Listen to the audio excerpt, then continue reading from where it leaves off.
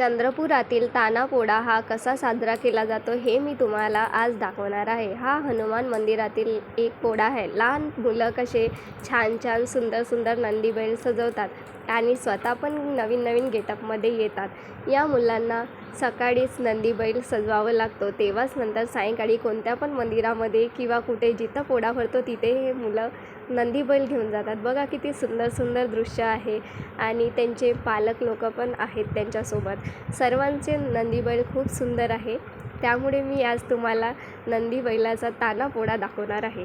आम्ही पण मेजर गेटवरून आलेलो आहोत इथे हनुमान मंदिरात पोळा बघायला।